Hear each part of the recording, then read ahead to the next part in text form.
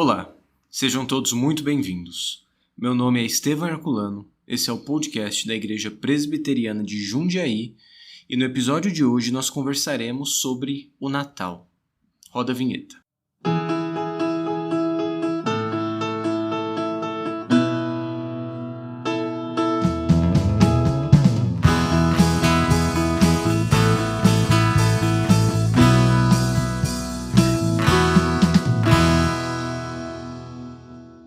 Chegamos aqui mais uma vez para o penúltimo episódio desse ano, um episódio natalino, né?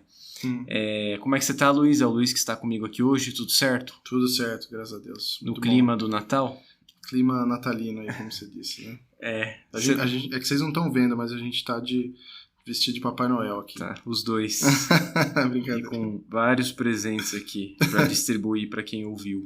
É brincadeira, e depois a pessoa chega aqui e pensa que a gente vai dar presente. Verdade. Brincadeira, aí você complica. É simbólico.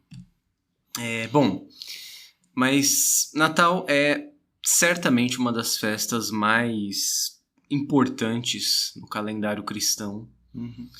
Embora haja aqueles que falem contra o Natal e tenham lá seus problemas com o Natal, a gente pode falar um pouco sobre isso daqui a pouco. Uhum. Mas eu queria começar perguntando para você, Luiz, se você sempre celebrou o Natal, sempre compreendeu o Natal.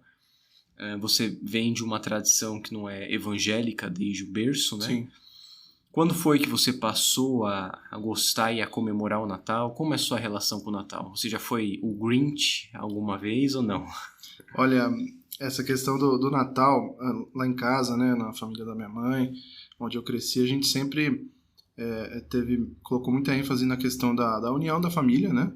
E da ceia na véspera e tudo mais, questão dos presentes, né? E isso sempre foi muito legal. Então, nunca fui o Grinch, apesar de ser meio antissocial, mas sempre gostei dessa época. Mas quando eu era criança, né? Quando eu era adolescente, ainda assim não tinha um entendimento sobre isso, né? Então, o que eu gostava bastante, músicas de Natal, ainda gosto até hoje, filmes de Natal, adoro também, e aí só depois de um tempo aí eu realmente compreendi.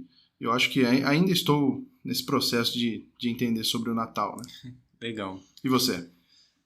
Então, eu não venho de uma tradição evangélica também, né, cristã. Uhum. Meus pais não eram cristãos. Hoje, graças a Deus, minha mãe e a minha irmã são cristãs evangélicas, presbiterianas. Meu pai ainda não. Mas eu, quando adolescente sempre é chato, né?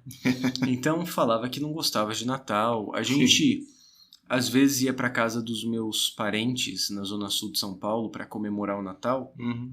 E sempre tinha aquele negócio meio lúdico de, assim, Papai Noel. Eu me lembro que os meus tios ali no ápice de querer agradar meu primo, até contrataram Papai Noel do shopping. Eu fico imaginando Nossa. Quanto foi para fazer isso, para ele passar meia-noite e pouco na casa deles naquela época. Pois é. Deve ter sido uma nota, né? Bom, depende de qual shopping também, né?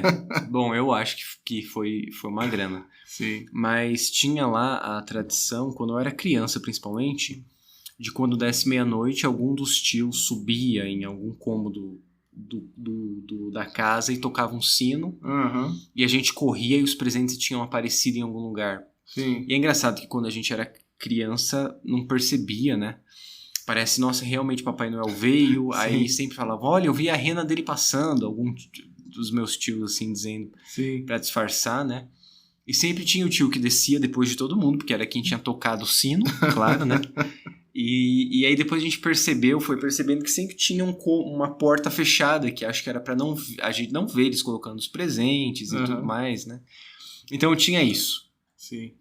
Aí criança, quando adolescente, não gostava de Natal, porque adolescente tende a não gostar de nada. Isso é verdade. Porém, quando eu me converti, no começo, na verdade, eu acho que já por conta de internet, Luiz, eu em alguma época fiquei confuso sobre a celebração do Natal. Uhum. Porque hoje eu acho que isso é um tipo de coisa mais um tipo de assunto mais esclarecido, embora haja quem ainda não compreenda o significado e a beleza de comemorar o Natal. Porém, quando eu me converti, ainda tinha crente, por exemplo, que dizia que o Natal não devia ser comemorado, é uma festa pagã, Cristo não nasceu no dia 24 de dezembro, e que era uma festa que não tinha qualquer sentido cristão real. Era só comercial ou pagão ou esse tipo de argumento, né? Então eu acho que quando eu me converti, eu passei talvez um ano confuso quanto a isso. Eu não sei se eu celebrei o Natal de fato naquele ano da minha conversão. Certo. Né? Porém, pouco tempo depois, e graças a Deus eu fui compreendendo mais o significado do Natal. E ainda mais quando fui para a igreja presbiteriana, principalmente, eu vi a beleza do Natal, a graça que existe na celebração natalina, que é celebrar o nascimento de Cristo. Claro que Cristo não nasceu no dia 25 de dezembro, né? E claro também que há elementos comerciais na comemoração de Natal, como existe em qualquer festa. Exato. Em toda festa cultural isso existe. Na Páscoa também. Nem por isso nós deixamos de celebrar a ressurreição de Cristo. Não existe Papai Noel também. Não existe Papai Noel também. Aí sim eu acho que é um elemento para a gente cuidar, principalmente com as crianças na celebração natalina, de não colocar toda a glória do Natal no Papai Noel ou em presentes, né, e tudo mais. Sim. Porém, ainda assim é uma das poucas festas cristãs que restam na nossa sociedade. E é uma festa que tem um significado sublime para nós, que é o nascimento de Jesus. Então é uma festa digna de toda a comemoração. Né? E depois disso, aí sim, eu comecei a celebrar o Natal sempre. Tive contato na adolescência, principalmente, quando eu me converti, né? Adolescência para a vida adulta, eu li muita coisa do C.S. Lewis no começo da minha conversão, do John Tolkien também, que é o escritor do Senhor dos Anéis, do Chesterton, que é um escritor que era anglicano, depois tornou-se católico, também sobre Natal, e isso compôs um pouco o meu imaginário natalino, né, cristão. E eu percebi que o Natal é uma festa que pode ser usada de muitas maneiras para evangelizar, pregar o evangelho e falar do nascimento de Cristo. Então, assim, desde que eu me converti, tive uma visão mais madura da fé cristã, o Natal se tornou a festa mais incrível, assim, para celebrar. Em família, como igreja, acho maravilhoso a igreja celebrar o Natal, ter cantata de Natal, pregações falando do nascimento de Cristo, ter mesmo decoração natalina, embora a gente não deva exagerar, lógico que não, mas é uma festa cristã. Né? Então, eu acho que essa é a minha visão. Ou seja, não é ruim, na verdade você disse que é bom, que nós, cristãos, que a gente comemore o Natal, assim como outras festas que têm origem, vamos dizer assim, cristã, né? Não, claro. Se você for pegar essa questão de elementos, Luiz, pagãos, é porque historicamente é difícil ligar, ver a origem muito certa do Natal. Sim. Então, o pessoal fala, né? Muitas pessoas falam e ligam a origem do Natal à celebração romana do Sol Invictus, que ocorria dia 25 de dezembro e marcava o solstício de inverno, né, e o renascimento ali do Sol. Bom, sempre é difícil saber a origem correta de uma festa, porque tem muitos elementos distintos em cada cultura. Sim. Mas o ponto é, o que nós estamos comemorando? E o que a igreja comemorou no decorrer da sua história? Sempre foi o nascimento de Cristo. Então, assim, se abster como igreja, como indivíduo cristão, como família, como igreja, de anunciar a Jesus Cristo e o nascimento e a encarnação do Verbo na festa, que é justamente destinada para isso, me parece uma tolice enorme. É perder uma oportunidade incrível de celebrar o nascimento de Jesus. Sim, né? eu concordo. E me parece muito mais um legalismo do que zelo. Uhum. Agora, existem elementos que a gente pode tomar certo cuidado, né? Uma questão polêmica que sempre aparece é a figura, por exemplo, do Papai Noel, né? Sim. E, bom, óbvio, gente, Papai Noel não existe. Papai Noel é uma figura, ligada historicamente na história da igreja a Nicolau. Mas é claro que do século passado para cá ele foi cooptado como uma figura de marketing e Hollywood, né, o cinema americano, o marketing americano usou a figura do Papai Noel para comercializar certas coisas e, veja... Dizem até que a Coca-Cola, né, mudou a cor, né, do Papai Noel. Vermelho. Tem essas... Eu não sei confirmar com Também certeza. Não tenho certeza. Mas é uma história que é legal, que eu aceito ser enganado por ela. Eu acho muito legal a Coca-Cola ter comprado a cor do Papai Noel. Assim. Pra mim é uma teoria da conspiração que eu aceito, né? Sim, melhor que essas doidas que tem por aí, dos chapéus de alumínio. Mas... sim, existe isso, cara. E é claro que nós sempre corremos o risco de usarmos uma coisa que não é ruim em si mesma e pecar. Você pode transformar o Natal da sua família, por exemplo, em uma simples troca de presente, receber presente e não ter um significado cristão e não celebrar o nascimento de Cristo. Sim. Você pode transformar o Natal, como muitas pessoas transformam, em uma festa de bebedeira e glutonaria. Sim. Que você vai encher a cara e acordar no outro dia de ressaca e você não celebrou Cristo de modo algum. Ou você vai comer um monte, né? Como se fartar na seita até demais, né? Passar mal aí. Passar mal. E muita gente, Luiz, eu acho que, não sendo cristã, gosta do Natal como festa secular por causa disso mesmo. Por causa dos elementos culturais. Tipo assim, vai reunir os meus amigos, a gente vai para um show no Natal. Tem show no Natal. Tem lugar que balada no Natal. Eu conheço pessoas que vão para uma festa, não estão com a família, elas estão com os amigos, bebendo tal e dando rolê no Natal. Sim. Então você pode gostar do Natal como festa secular por causa do feriado. Sim. Da curtição que ele proporciona. Como o Ano Novo também. Pode se tornar uma festa pagã no seu coração. Porém, para os cristãos é uma festa cristã. Então, esse elemento é para tomar cuidado. O elemento que eu falei do Papai Noel. Eu não vejo nenhum problema em você contar histórias, por exemplo, que tem um Papai Noel. O Papai Noel é nada além de um personagem que pode ser um personagem mítico em histórias lúdicas. Agora, como você vai passar a mensagem de Cristo no Natal? O que vai ser o centro do seu Natal? Se for a figura do Papai Noel, tem um problema. Se a história terminar no Papai Noel, tem um problema. Se a história terminar no presente, ou na comida, ou na bebida, tem um problema. Porque, no fim das contas, tudo aponta para Cristo. Deveria apontar, pelo menos, né? É o nosso papel, né? De buscar isso, né? Exatamente. E eu entendo também, assim, vejo que para muitas pessoas que têm filhos menores e que são cristãos, né? Essa é uma época que às vezes é um pouco difícil para os pais explicarem para a criança, né? Porque você tem, de um lado, né, toda essa questão de simbolismo, você tem o Papai Noel colocado e Jesus não é nem falado, nem citado.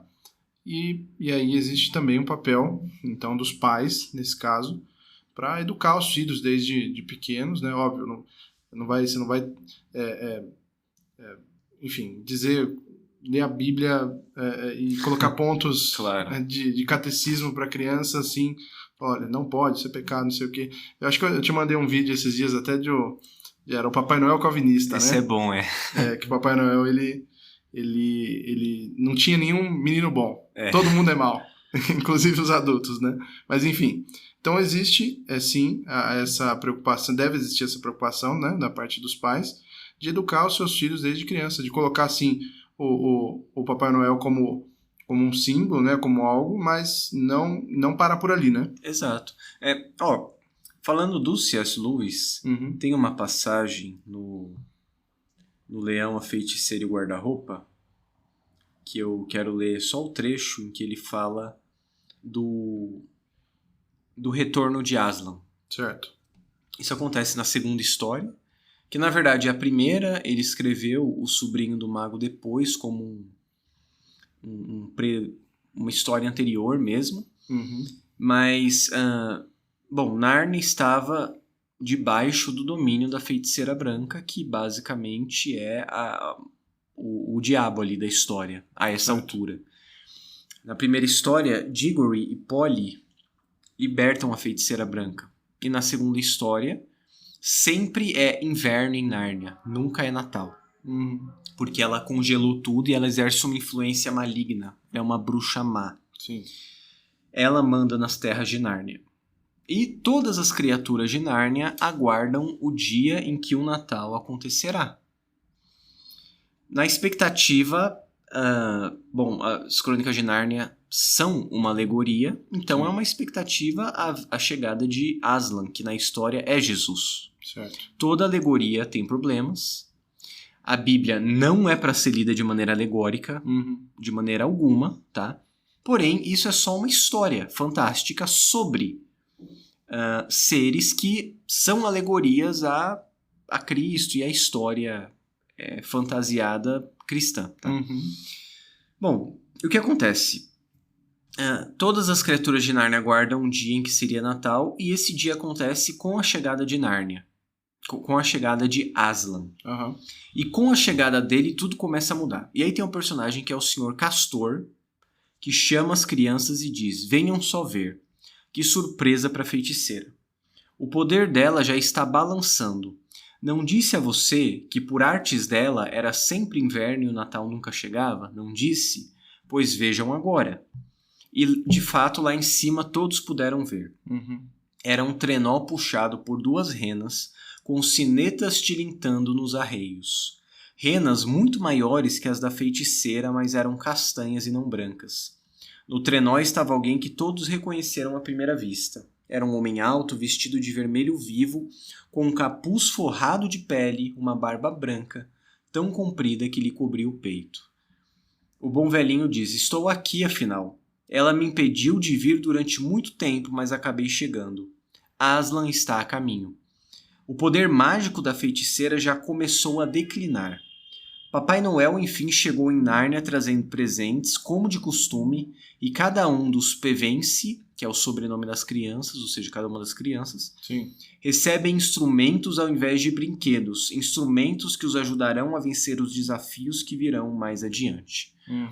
Então, como C.S. Lewis constrói essa alegoria que ele faz? Aslan vem, portanto, Natal vai chegar, o poder do mal vai ruir, e o Papai Noel é nada além de alguém que passa anunciando Aslan, distribuindo presentes, e esses presentes são, na verdade, ferramentas para as crianças lutarem. Tá. O que eu estou querendo dizer? Você não precisa pegar uma criança e contar uma história como essa. Mas eu acho interessante esse tipo de história fantástica que o C.S. Lewis cria, porque popula a imaginação da criança e é só mais um elemento para que a criança goste do Natal. Certo. O Papai Noel aqui, no fim das contas, não é ninguém importante. Ele só está dizendo: Aslan está chegando. Então, assim, as crianças precisam ter contato com histórias e com narrativas fantásticas. Isso ajuda a ampliar o imaginário delas, a imaginação. Isso é muito bom. O que a gente precisa tomar cuidado é apenas com não passar a lição de que a personagem secundária da história é o principal. Certo. Quem traz o Natal é Cristo. É isso. E crianças pequenas ainda, Luiz, não vão entender uma história absolutamente complexa que você contar. Essas histórias ajudam, né, a criança a gostar do Natal. Eu penso que me lembro de uma palestra que o reverendo Júlio deu lá no Retiro de Casais, que você estava também com a Dai? Sim. Falando sobre o domingo. E eu me lembro de algo que ele disse, que ficou muito gravado no meu coração, que era sobre como ele e a esposa dele trabalhavam para que o domingo fosse o dia favorito das crianças. Eu lembro disso. Lembra? É bem interessante mesmo. E ele dizia assim, olha, domingo, por exemplo, a gente não tem sobremesa na semana, domingo tem. Domingo a minha esposa faz a comida favorita das crianças, macarrão com alguma coisa, eu acho. A gente acorda feliz no domingo, vai feliz para a igreja. Sim. E cultiva no coração dos nossos filhos a alegria de participar do dia do Senhor. Sim. Eu acho que a gente precisa fazer isso com o Natal. Com o Natal, com a Páscoa, né? Tudo mais, estamos falando do Natal, é um episódio natalino, né? Uhum. Valeu, Natalina, né? Lembra desse meme aí? Muito bom. Então, por que não cultivar? O Natal é uma festa maravilhosa, filho. A família vai estar junto, a gente vai louvar a Deus, celebrar o nascimento do nosso Senhor. Tá tudo iluminado, colorido, bonito. Na lua de mel com a Virgínia, a gente foi pra Gramado. Cara, é linda a cidade. Na lua de mel também a gente foi pra lá. Vocês foram também, né? Só que não foi no Natal. Mas não tinha nada de Natal? Tinha algumas coisas. Foi em setembro, né? Outubro. Então já tava começando. Já. Fica aquele clima, cara, lindo, assim, até meio mágico, assim, aquele negócio que deixa a gente feliz. Porque eu não tenho nenhum problema com isso. A gente tá celebrando o nascimento de Cristo. Legal. Eu não sei se você pensa, Luiz, em quando você tiver filhos. Uhum. Eu e a Virgínia, se Deus quiser, teremos, né? No ano que vem. Sim. E é uma coisa para se pensar, em cuidar para que elas gostem do Natal, para que elas gostem do nascimento de Jesus. Sim. Então, essa questão dos elementos, né, e de todo esse simbolismo, tudo que a gente vê hoje na nossa cultura, então Papai Noel, questão de presentes, né, a própria questão da ceia, é algo que a gente pode, então, aproveitar e se utilizar deles, né, mas sem, obviamente, se esquecer do centro do Natal, né? Então, não colocar essas coisas acima de Jesus, né? Acima do que é para ser o Natal, que é a comemoração do nascimento de Jesus, né? Com a encarnação certeza. dele. Exatamente. A gente sempre escuta uma frase dos opositores do Natal, que é tipo assim, eu detesto a hipocrisia do Natal. As pessoas se odeiam, né, o ano todo, e no Natal todo mundo se abraça e vê um tipo de hipocrisia nisso. Sim. E eu acho isso bom, cara, assim, você queria o quê, né? Que as pessoas se odeiam o ano todo, aí no Natal ainda se odeia mais, aí você tá na ceia, joga o Chester na cabeça da avó, sai na mão, joga a farofa no olho do outro. Sim. Assim, então, o Natal é uma festa tão bonita e com um significado, ainda que as pessoas não assumam o significado completo dele, às vezes, Sim. mas ainda assim ele une famílias, pessoas, e a gente devia aproveitar essas oportunidades para celebrar isso. Né? Mas eu queria, Luiz, ver com você um pouco um texto importante para a comemoração natalina, que é o texto de Lucas 2, de 25 a 35. Existem outros textos que falam sobre o nascimento de Jesus, e esse texto aqui especificamente não fala do nascimento, mas de um pouquinho depois do nascimento. Conta a história de Simeão, um homem crente, que recebeu uma promessa de Deus de que ele não morreria sem ver a salvação de Israel. E o texto fala o seguinte em Lucas 2, 25 a 35. Em Jerusalém havia um homem chamado Simeão. Este homem era justo, piedoso e esperava a consolação de Israel. E o Espírito Santo estava sobre ele. Ele tinha recebido uma revelação do Espírito Santo de que não morreria antes de ver o Cristo do Senhor. Movido pelo Espírito, ele foi ao templo. Quando os pais trouxeram o menino Jesus para fazerem com ele o que a lei ordenava, Simeão o tomou nos braços e louvou a Deus, dizendo: Agora, Senhor, podes despedir em paz o teu servo segundo a tua palavra, porque os meus olhos já viram a tua salvação, a qual preparaste diante de todos os povos, luz para a revelação aos gentios e para a glória do teu povo de Israel. E o pai e a mãe do menino estavam admirados com o que se dizia a respeito dele. Simeão os abençoou e disse a Maria, mãe do menino: Eis que este menino está destinado tanto para a ruína como para a elevação de muitos em Israel, e para ser alvo de contradição, para que se manifestem os pensamentos de muitos corações. Quanto a você, Maria, uma espada atravessará a sua alma. Simeão era um homem que aguardava a consolação de Israel. E a primeira coisa que essa passagem nos mostra, Luiz, é que o Natal nos traz consolação. O Natal é a consolação do povo de Deus. Sim. Simeão aqui pelo texto não era alguém que exercia ofício no templo, não era um sacerdote, como Zacarias, Sim. que é pai de João Batista, né? Uhum. Ele era provavelmente alguém que a gente chamaria de leigo hoje, que não ocupava uma posição oficial, porém era um homem justo, piedoso e que esperava a consolação de Israel. Uhum. Essa palavra justo é usada por Lucas para falar de outras pessoas, por exemplo, Zacarias e Isabel, os pais de João Batista, Uhum.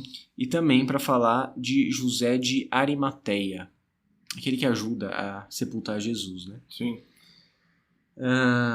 Piedoso é uma palavra usada no livro de Atos, que também é escrito por Lucas, para falar dos judeus que foram celebrar o dia de Pentecostes em Jerusalém, aqueles judeus que veem os apóstolos falando em outras línguas, Uhum.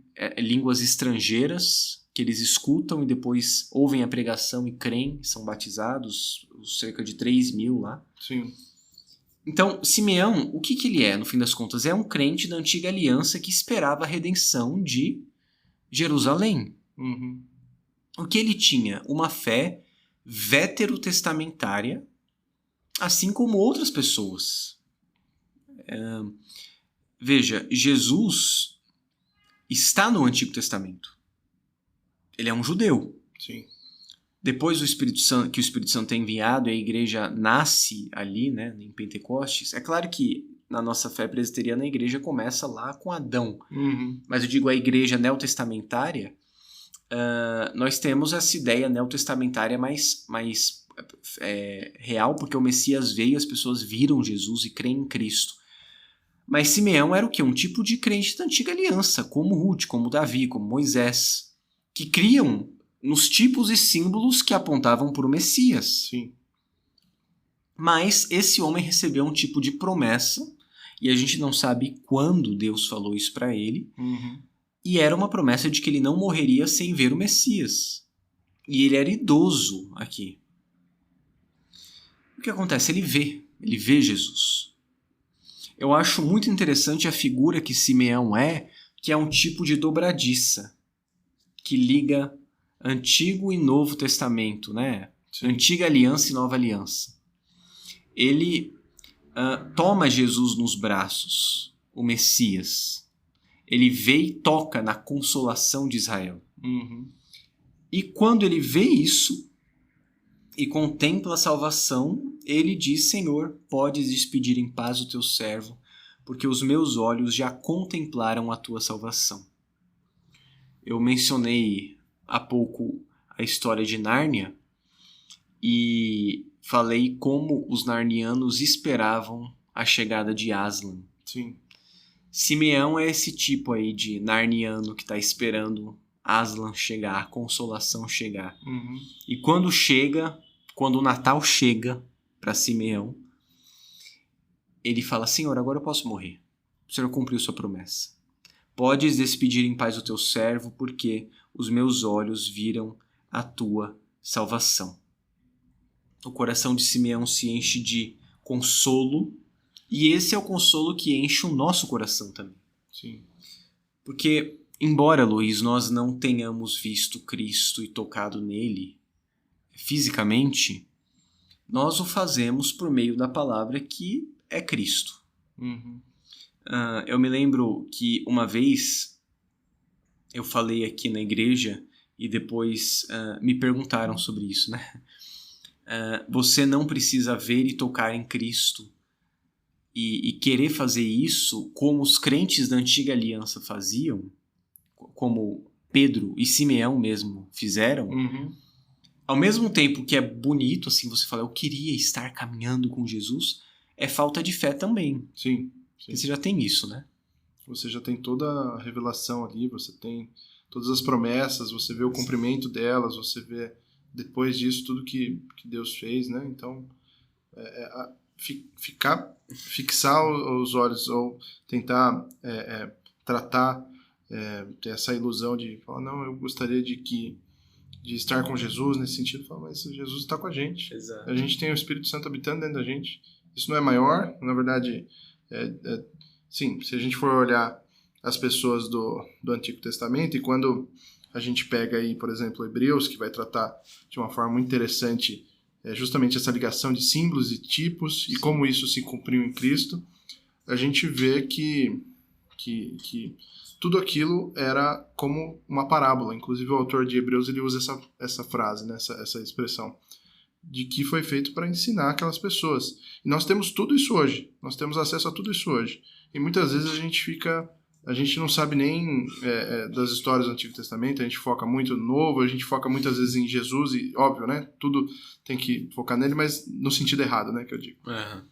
Não, exatamente. E é o que você disse, essas coisas serviram como o autor aos Hebreus, eu não sabia que a palavra deve ser parabolê, provavelmente, que ele usa, né? Mas eu já não sei. Não, tô falando porque... Mas que está escrito na NAA a parábola. Exato, mas resumidamente, serviam como ensino. Sim. Apontando para o Cristo que viria. Sim. E, cara, nós temos hoje a revelação completa deste Cristo que veio. A gente tem até Apocalipse, entendeu? A gente sabe o que vai acontecer. Exato, a gente não sabe exatamente como, mas a gente sabe os princípios do fim. Então veja, nós temos isso. Isso deveria ser para nós motivo de consolo acima de qualquer coisa. E quando quando nós observamos isso no Natal, que mostra Cristo veio. Deus foi fiel mais uma vez às suas promessas. Ele mandou seu filho. O Messias nasceu, o Verbo se fez carne e habitou entre nós. Sim. E hoje esse Verbo foi assunto aos céus, está à direita de Deus, intercede por nós e voltará. E veja, nós sabemos disso e temos isso escrito na palavra também. É mais consolo ainda pra gente. Porém, além de o Natal ser consolo, é salvação. Sim. Veja que, nesse texto que a gente leu, Simeão, quando fala, Senhor, pode despedir em paz o teu servo, segundo a tua palavra, ele dá o motivo pelo qual isso podia acontecer. E qual que é o motivo? Ele fala no verso 30. Porque os meus olhos já viram a tua salvação, a qual tu preparaste diante de todos os povos, luz para a revelação aos gentios e para a glória do teu povo de Israel. Ele viu a salvação cumprida em Cristo. E nessas palavras de Simeão, o que eu vejo, Luiz, é o eco e o peso da voz de todos os crentes do Antigo Testamento dizendo junto com ele, a salvação chegou. Sim. A salvação que nós aguardamos tanto tempo veio. Você citou Hebreus, né? No texto de Hebreus 11, verso 3, o autor fala, todos esses, Hebreus 11 fala dos heróis da fé, então os crentes da antiga aliança, viveram pela fé e morreram sem ter recebido o que havia sido prometido. Contudo, viram-no de longe e à distância o saudaram, reconhecendo que eram estrangeiros e peregrinos sobre a terra. Eu penso numa figura que é tipo assim, você tá vendo Abraão, Ruth, Raquel, Moisés, Davi, lá de longe, e você já estava em algum lugar longe e viu uma pessoa e apertou os olhos assim para ver essa pessoa sim. E reconheceu por algum elemento muito característico assim? Tipo, nossa, olhando assim, nossa, pelo cabelo é a Dai, por exemplo, né? Pelo tamanho é a Virgínia. Pequenininha, né? Me passa essa impressão, esse texto. Eles viram de longe Moisés morrendo ali para morrer antes de entrar na Terra Prometida, e Deus colocou no coração dele a fé nesses tipos que ele tinha vivido, na promessa que ele próprio falou, o Senhor suscitará um profeta no meio de vocês, vocês ouvirão ele, e ele creu no Messias, e saudou ele de longe, sem saber exatamente o que era, mas creu. Davi creu, vai vir um rei justo depois de mim, porque eu falhei muito, e morreu sem saber que era Jesus, mas creu e saudou ele de longe, entendeu? Ruth, virá um resgatador maior do que Boaz que me resgatou. Ela não sabia exatamente quem era, mas de longe ela saudou. Então, quando Simeão toma Jesus nos braços, ele é a salvação de todo esse pessoal e de toda todos os que ainda viriam, de toda a igreja, de todos os tempos. E na voz dele, pode despedir em paz o teu servo, eu escuto também a voz de Moisés, Raquel, Ruth, Esther, Moisés, Davi, Abraão. Sim. E essa questão que você falou de Moisés é muito... pior que é exatamente isso que você falou, né? Moisés, ele não chega a entrar na Terra Prometida. Exatamente. Ele não entra no descanso, mas ele alcança um descanso que é maior, né? Que era um tipo do descanso que viria. E Hebreus também vai falar muito sobre isso, né? Ele usa inclusive o exemplo de Moisés e o exemplo do povo no deserto que morreu sem ver o descanso, enfim. Sim. Mas é algo que pra gente, assim, ver essas histórias, né? Ler essas histórias, saber mais, entender mais sobre isso, nos deve trazer realmente um conforto, né? E também a esperança de salvação, esperança de que saber que Cristo ele veio, que ele está junto de Deus agora e que ele está conosco, né? E que ele vai voltar. Então tem que trazer muito conforto pra gente isso, né? Claro. Pelo menos pra mim traz, né? Sim, consolo, salvação. Eu acho maravilhoso, Lucas usa as palavras luz e glória. Luz para os gentios, porque Jesus, aquele bebezinho lá em Belém, que Simeão toma nos braços, é o conhecimento verdadeiro de Deus.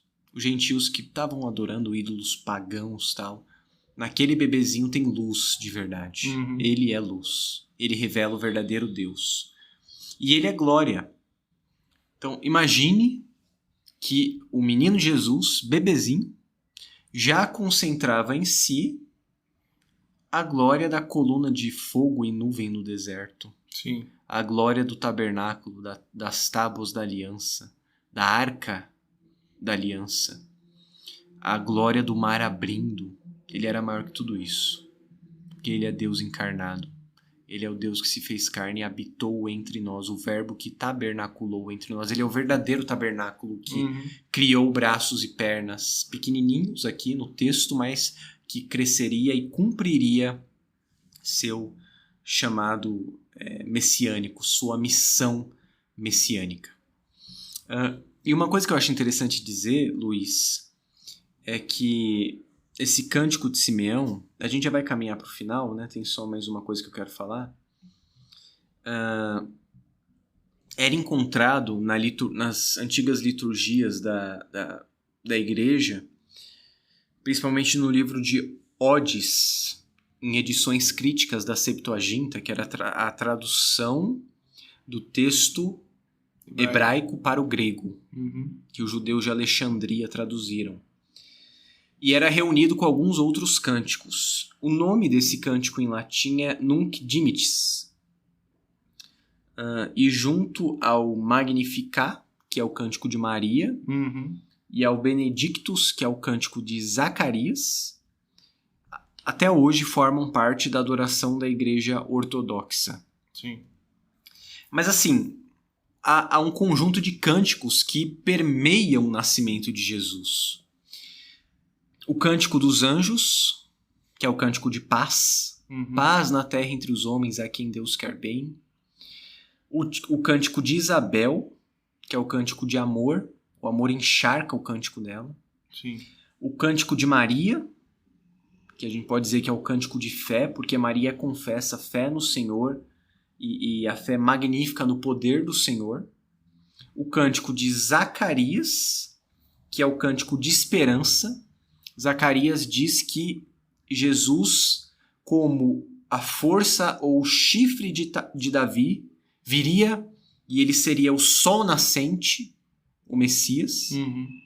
E o cântico de Simeão, que é o cântico de rendição, no qual Simeão reconhece que Jesus é o Messias. Então veja, se os anjos, Zacarias, sacerdote, Maria, mãe de Jesus, Simeão, um homem crente, leigo da época, mas um homem crente cheio do Espírito Santo, todos eles celebraram o nascimento de Jesus, porque diabos a gente não vai celebrar? Sim. Por que a gente não louvaria o nascimento de Jesus se todo mundo que estava perto e era crente ali louvou. E reconheceu nisso o cumprimento de todas as promessas neotestamentárias. Sim. O nascimento de Jesus é salvação.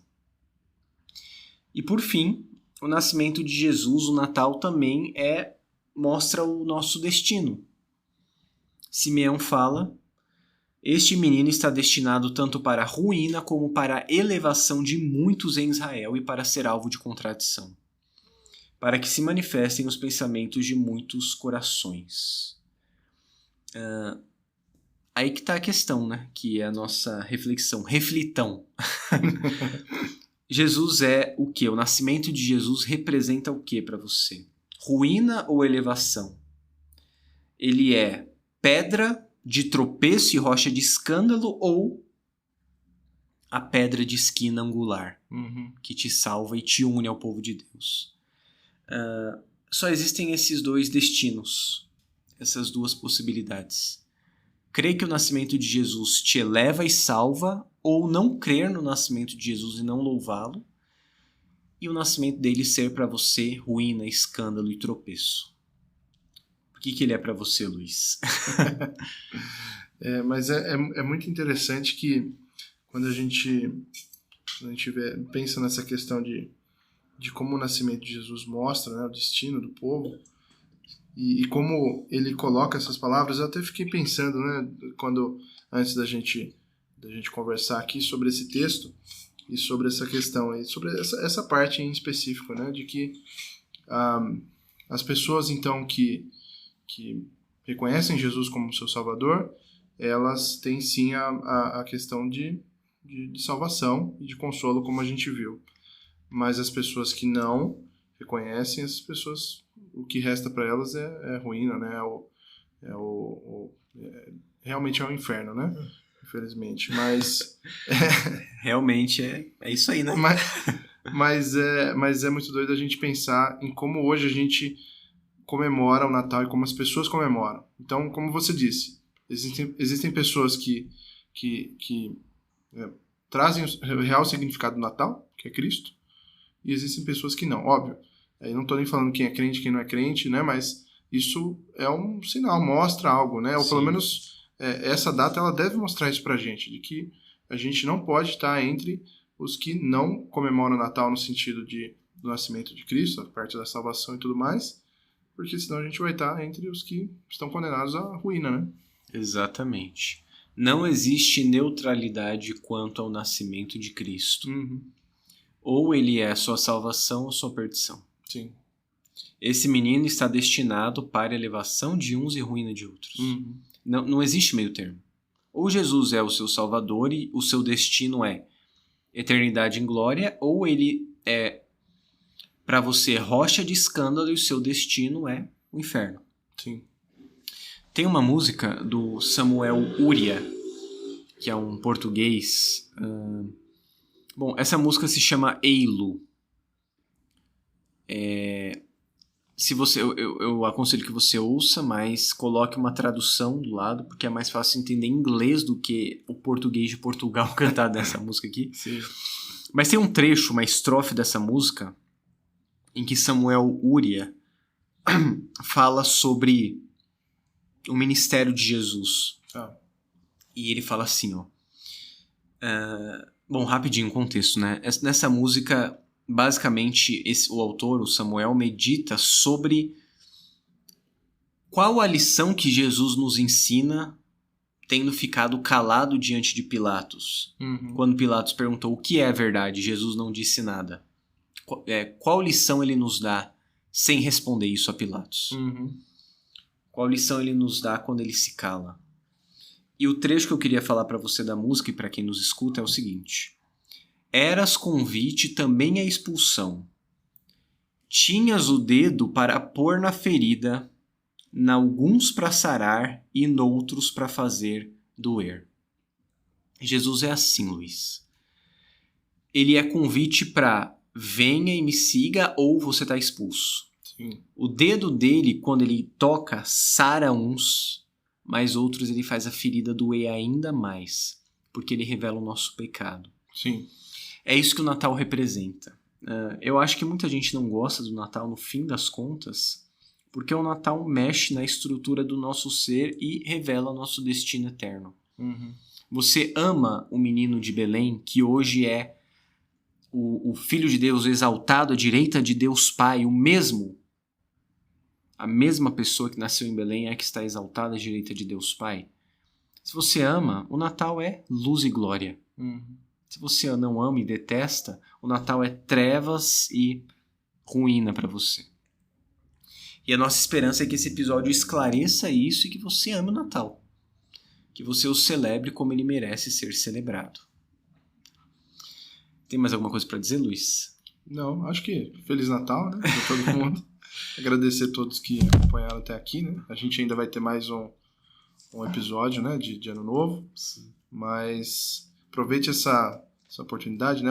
Esse episódio vai sair pouco antes do Natal, então se você for um ouvinte assíduo, você vai escutar isso antes do Natal. Então aproveite, comemore o Natal, sim, com a sua família, né? Esteja com eles e coloque Jesus como centro do Natal, que é o que importa, né? Coma, se alegre, faça tudo isso, mas por causa do nascimento de Jesus. Saiba que o Natal é uma bênção na vida do povo de Deus, simplesmente porque ele mostra nosso consolo, salvação e nosso futuro glorioso com o Senhor. Amém. Se você ficou até aqui, nós pedimos que você se inscreva nos nossos canais de comunicação, se inscreva no YouTube da IPJ, ative o sininho de notificação no Spotify, se inscreva no Instagram, compartilhe esse episódio para que mais pessoas deixem de ser Grinch, detestar o Natal e amar o nascimento de Cristo, nosso Senhor. Nós te esperamos no próximo episódio e que Deus te abençoe. Um Feliz Natal a todos. Um abraço.